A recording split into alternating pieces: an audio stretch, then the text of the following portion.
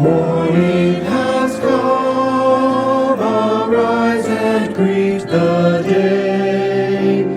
Dance with joy and sing a song of gladness. The light of hope it shines upon each face. May it bring faith to guide our journey home.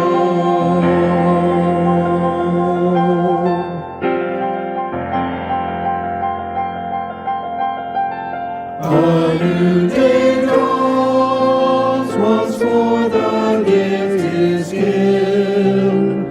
Wonder fills this moment shared together. The light of peace it shines upon each face. May it bring faith to guide our journey home.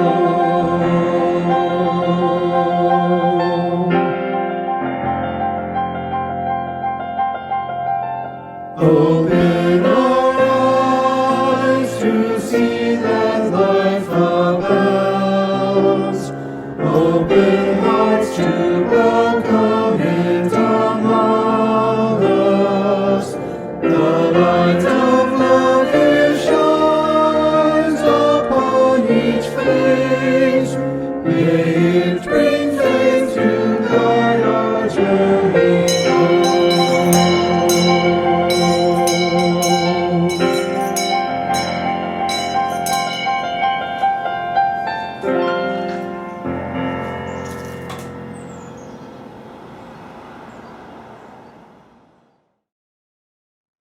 Good morning and welcome to Live Oak Unitarian Universalist Church. I'm so glad that you could be here with us today. If this is your first service at Live Oak, a special welcome is going out to you. After the service, we invite you to go to our website at liveoakuu.org. And on that homepage, you're going to see a link that says Just for Visitors. That's going to take you to a Zoom room with a couple of our members. They're operating sort of as an online visitors table, and they'll be there to answer any questions that you might have about Live Oak.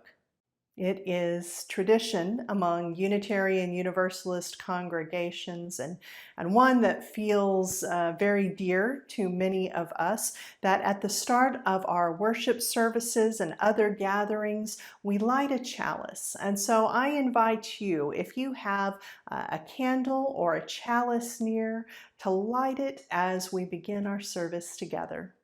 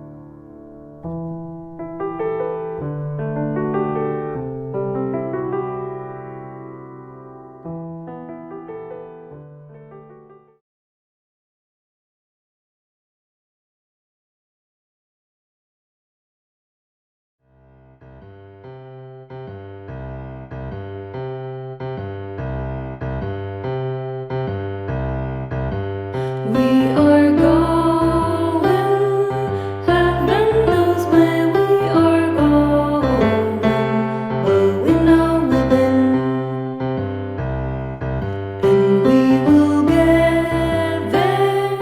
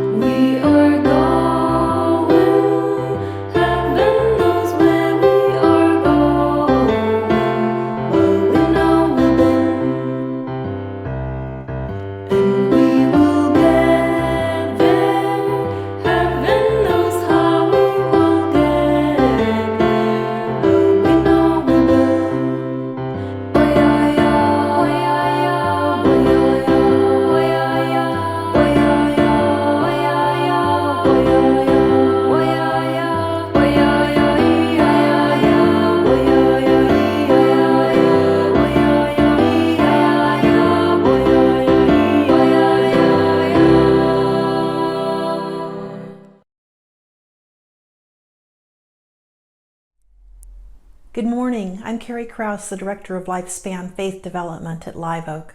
Thank you for joining us this morning.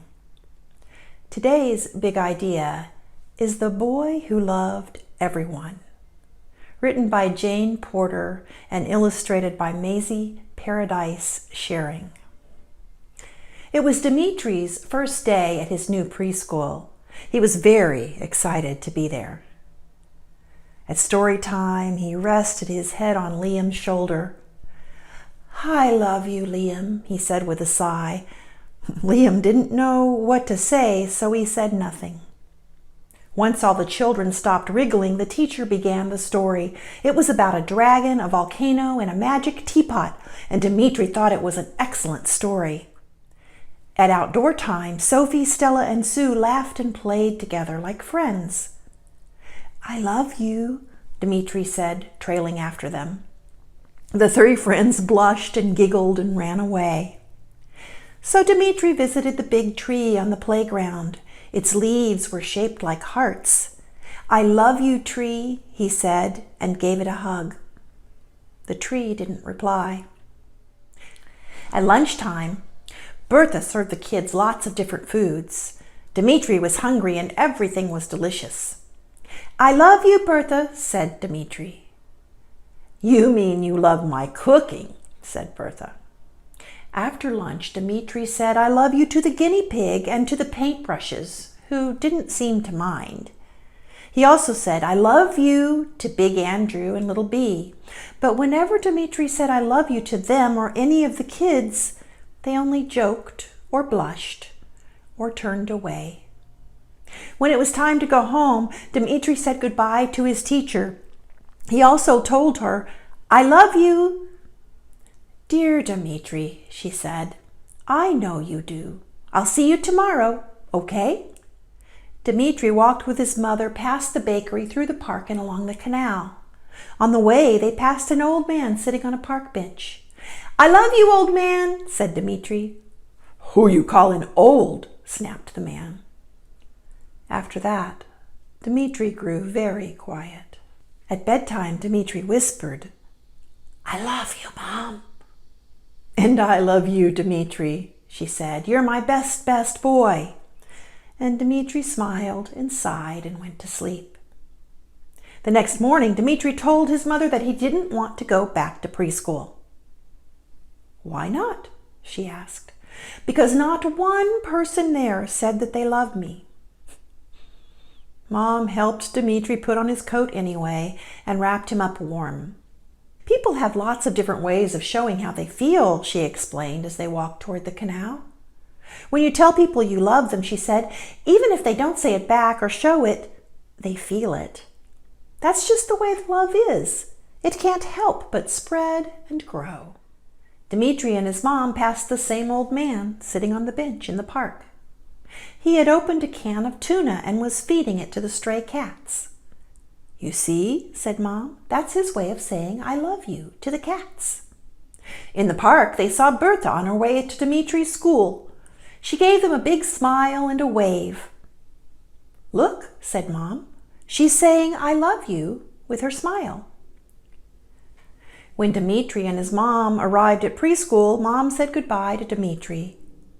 And beneath the tree with the heart-shaped leaves, Dimitri saw Sophie, Stella, and Sue feeding the birds. He watched the tiny birds hop with joy, and he loved them right away. And Dimitri wanted to join in the fun, but felt uncertain. Then Stella saw him. "Come and help us feed the birds, Dimitri," she said, and the girls shared their packets of birdseed with him.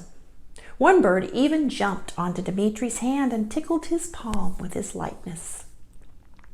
A warm feeling began to grow inside of Dimitri. A few moments later, Liam came over and gave Dimitri a kind hug. "Hello, my friend. Will you sit by me at story time again?" he asked. And the warm feeling in Dimitri grew bigger. At story time that morning, everyone wanted to sit by Dimitri. They made quite a pile. The pile made the teacher laugh. "You funny children," she said. "I do love you." And then the teacher read them a story about a frog, a mountain, and a rabbit. Dimitri loved it. Everyone loved it. Even the guinea pigs seemed to enjoy it. The end.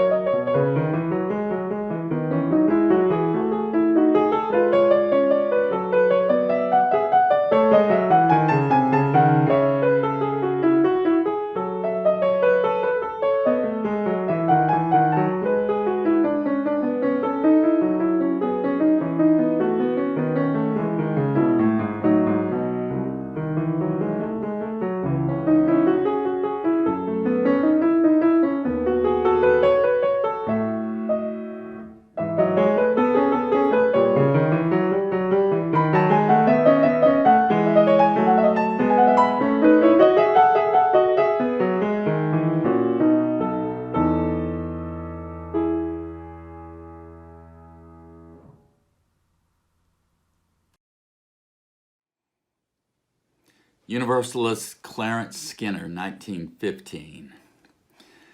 We accept the world for the joyous place it was meant to be. We like it, despite the fact that belated theologians look upon it with inherited suspicion. The dominant motive, therefore, is no longer to escape from earthly existence, but to make earthly existence as abundant and happy as it can be made. In 1924, after the 1918 pandemic and World War I, Skinner wrote this poem. In times of disillusion, the world has grown unutterably old, a place of bitter disillusionment, like some sad ruin out of ancient time, half buried in obliterating sand. So seems the gallant world of yesteryear to one who fellowshipped with wistful dreams. Fair hopes did blossom for a flaming hour, and they were radiant. Bright youth went forth in high imaginings, and all the world expectant and aglow went forth with them to greet the new age and new inbrothering. But now the heart of the world is broken and sad. The dream is spent, the curtains drawn, and those who strode to marital music spoke great words befitting those great days, have laid aside the mask of Job-like visage and have shrunk to lesser mold to play the cynic's part. The candle that so mightily illumined has sputtered and gone out. The house where we held rendezvous with hope is dark. The dream is gone. The dreamers go in sad dismay to disillusionment.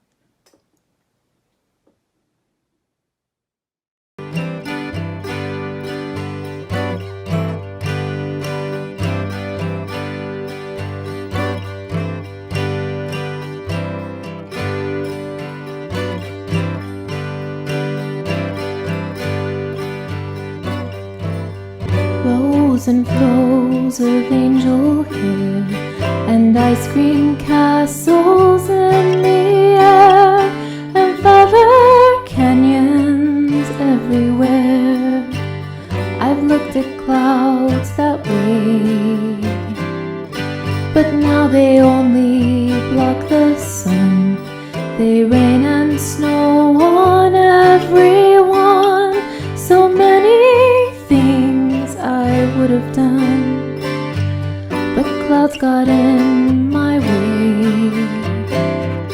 I've looked at clouds from both sides sides now, from up and down, and still somehow it's cloud illusions.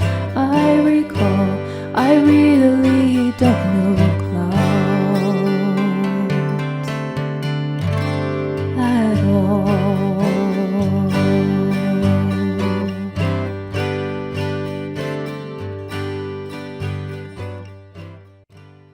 In the movie You've Got Mail, Joe Fox, played by Tom Hanks, snarkily says, "I could never be with anyone who likes Joni Mitchell. It's clouds illusions, I recall. I really don't know clouds at all." What does that mean? This is actually a very revealing moment, not about Joni Mitchell or her work, but about the whole character of Joe, a man who repeats over and over again, it's not personal, it's just business, as if it were some sort of a divine gospel, and a man who lives that out, making ruthless business decisions, not caring about the human cost. The song, Both Sides Now, this is a song about disillusionment. And you can't understand disillusionment unless you've had some illusions to begin with, unless you've actually been able to believe in things like love and trust and commitment and loyalty. I know You've Got Mail is presented as a light romantic comedy, but if you look closer at that character of Joe, it's pretty tragic. It's clear that he hasn't known any of those things in his life before. One of the things that is played as a running joke is the fact that his father and his grandfather have had so many marriages and divorces and kids that they can't even keep track. There's this one scene where Joe's father is trying to remember which was the wife that he was cheating on with the nanny. That was Joe's mother. The paradox of disillusionment is that if we can feel it, it probably means that we were lucky in some way, that there had been someone or multiple people in our lives that gave us a vision of something better and gave us reason to hope in other people and in life itself.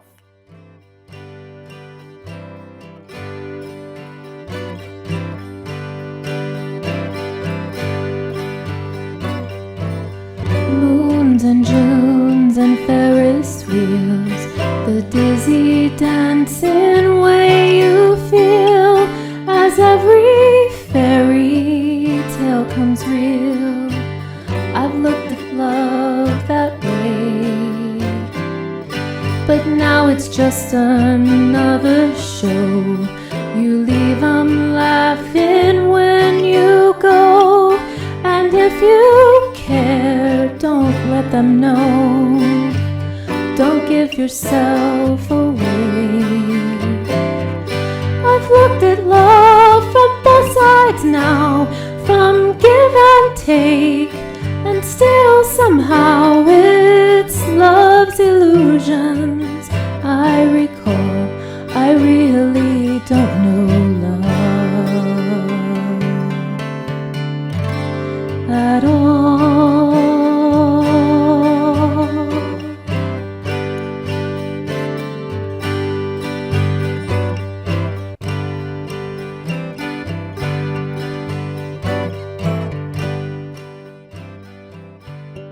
If you have been feeling disillusioned of late, there is ample reason to.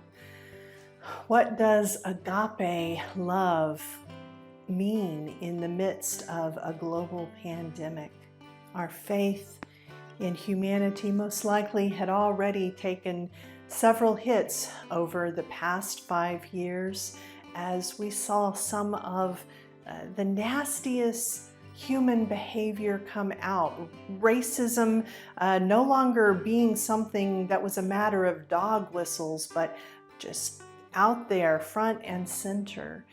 And now with the pandemic, so many of us can't believe what we're seeing, especially right now. Parents going to school board meetings and just viciously attacking others simply because they are being asked to join in with the rest of us in promoting the common good. And then there's the bigger picture of living through a global crisis. The kind of thing that you read about in textbooks, but you don't expect to happen in your life.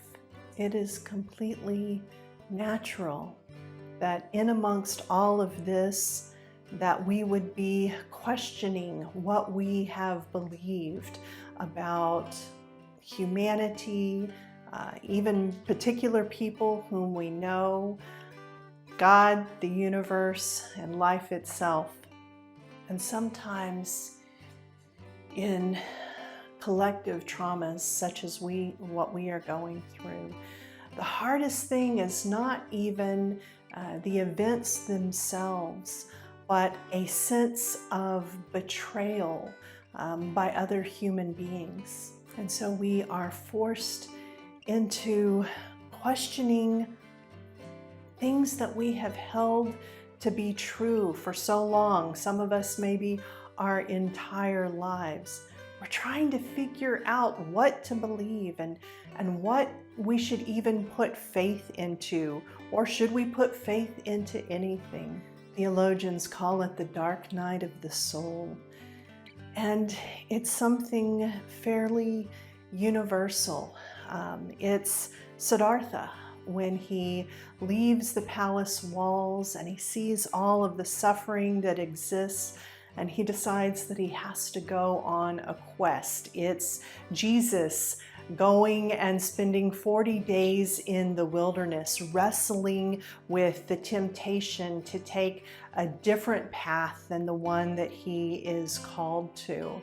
It's Henry David Thoreau, who was devastated, brokenhearted after his beloved big brother died literally in his arms because of a rusty razor, dying of lockjaw.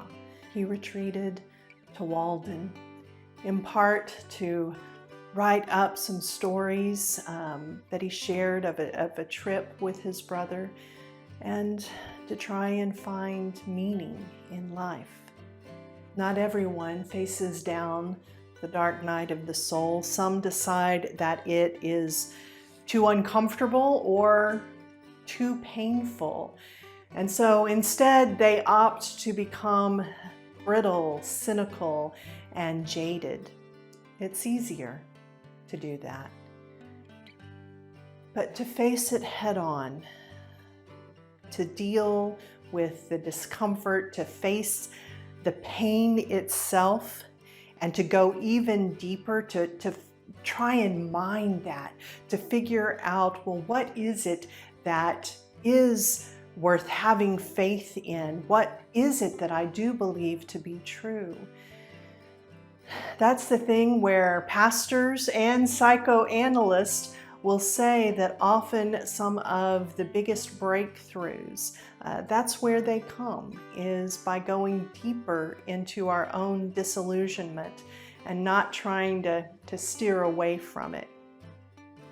It's very hard, but at the end of it, you do get a tremendous reward in the form of a deeper and more mature faith.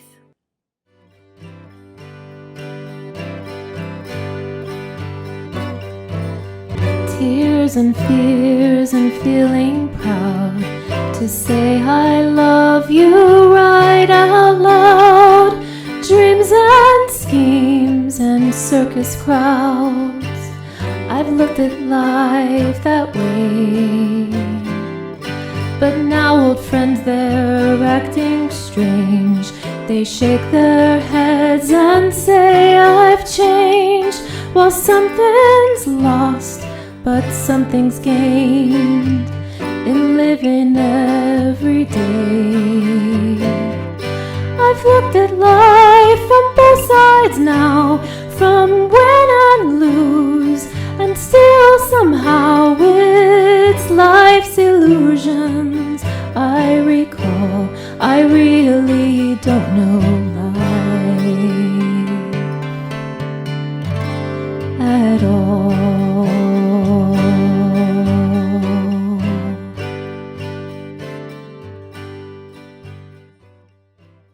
Now old friends are acting strange. They shake their heads and they say, I've changed.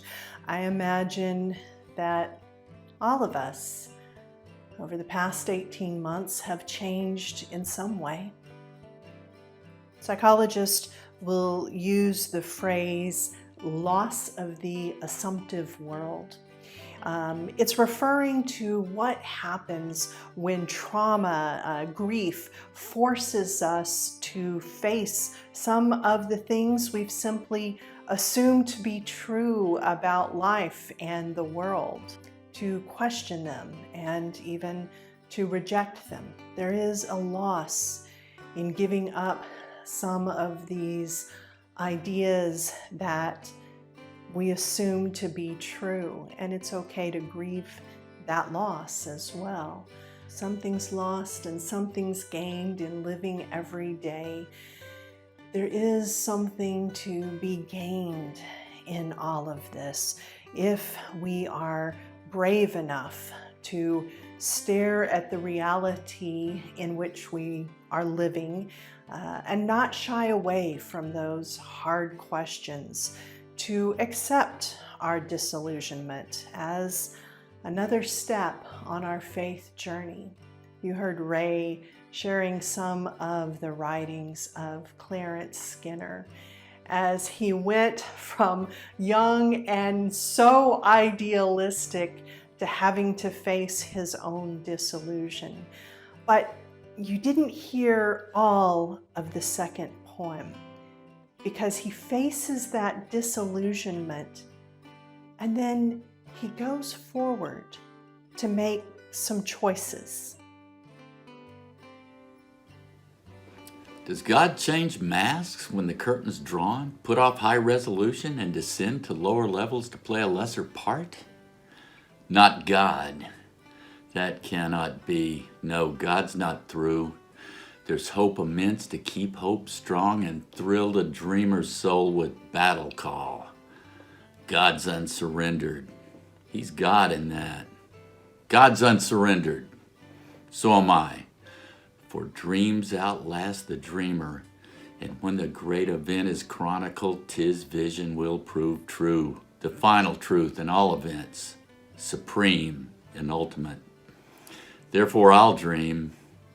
I'll light the candle yet again, illumine the dark forsaken house, bring back the folk who thrilled at glimpses of a fairer world, people the stage with pageantry and bid full panoplied illusion still enact the epic of inbrothering.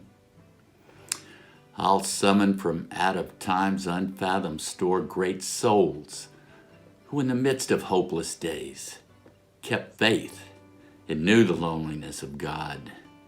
Those splendid deaths and yet more splendid lives, which rallied their faltering age with valiantness and left strong memories to breed strong hopes. For such undying fellowship has power to swell our shrunken souls to ampler moult and make us truer men. I'll still proclaim the vision splendid till it strikes God fire in old and broken hearts and urges on the world to consummate its dream. God's unsurrendered. So am I. Therefore I will live communicate with hope. I light the candle and I dream. Unsurrendered. What a great thing to embrace. What is the vision splendid in which you still find truth and which you can commit as an article of faith in your life. Beliefs, I don't know about for you, but for me, they can change day to day depending on what I'm reading in the newspaper or seeing out in the world. Faith is something a little bit different.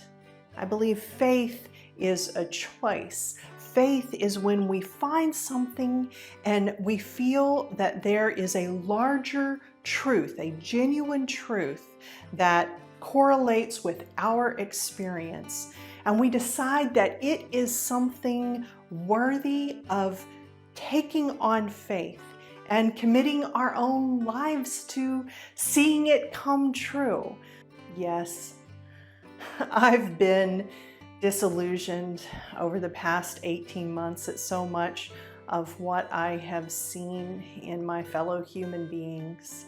And boy, it has been a daily temptation to fight against being snarky and cynical and just declaring, the world is garbage.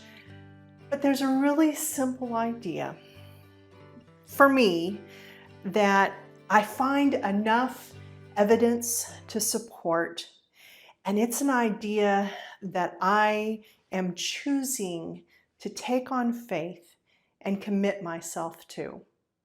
It's the idea that most people are mostly good most of the time. There are going to be some days when I may not believe that, but I am choosing it as an article of faith. And so what that means, what committing to that idea means, is that I have to live my life trying to prove that to be true through my own actions. Myself, I have to be mostly good most of the time, so that through my own life, I can try and make that article of my faith come true. I will fail. I am going to fail at that multiple times. And that word mostly, most people are mostly good most of the time. I'll fail. I'll acknowledge it. And the next day, I'll go back to work trying to prove it true. What is something that you want to put your faith into? Something that you can commit to and allow it to shape what you do, so that you are constantly trying to be a piece of evidence that it is true, that your life itself becomes a testimony to this article of faith. It's hard facing our own disillusionment, our sense of betrayal, our heartache at seeing things that we don't want to be true. And it's hard giving up some of our assumptions. But having the humility to admit that we really don't know life at all, some religions say that that's the first step toward real wisdom. I've looked at clouds from both sides now, from up and down, and still somehow it's cloud illusions. I recall, I really don't know clouds at all.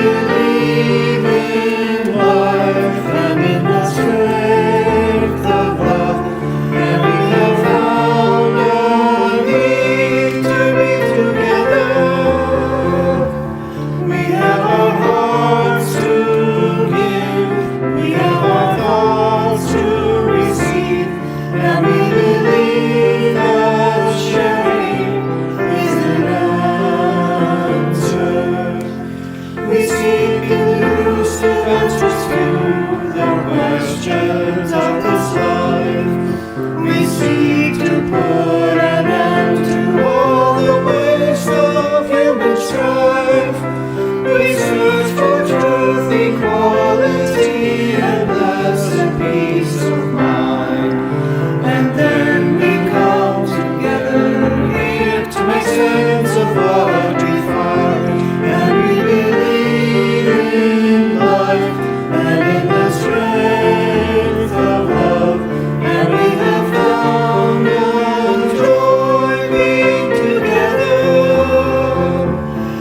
And in our search for peace, maybe we'll finally see, even to question truly is an answer.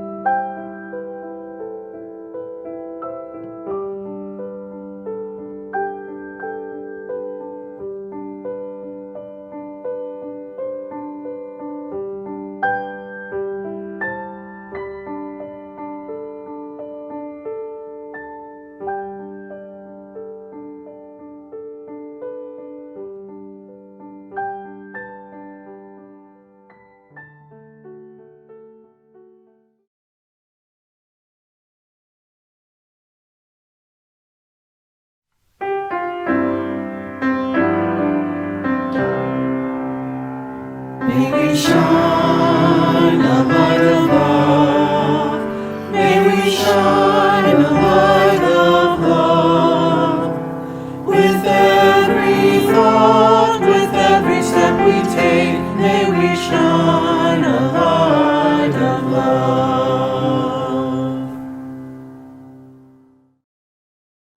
Thank you so much for joining us this morning, and a special thank you to everyone who helped be part of this service, our producers, our musicians, and today a special thank you to Bill Dower and Julianne Knott and Ray McPherson in helping put together this musical sermon reading that we all did. Facing and dealing with our disillusionment is really difficult. But one of the advantages of being part of a religious community like this one is that you don't have to do that work alone.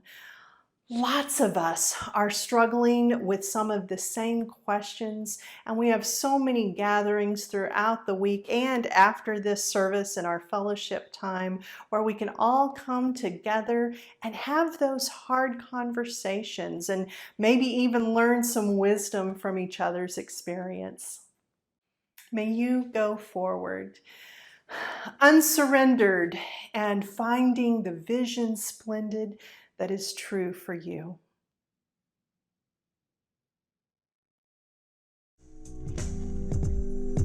Soon the day will arise when we will be together, and no longer will we live in fear. And the children will smile without wondering whether on that day thunder clouds will appear. Wait and see what a world there can be if we share, if we care, you and me. Wait and see